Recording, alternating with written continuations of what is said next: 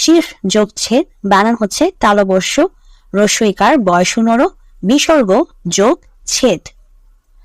মা খোকাকে চাঁদ দেখাচ্ছেন, বাক্যটিতে দেখাচ্ছেন এই ক্রিয়াটা হচ্ছে আমাদের প্রযোজক ক্রিয়া।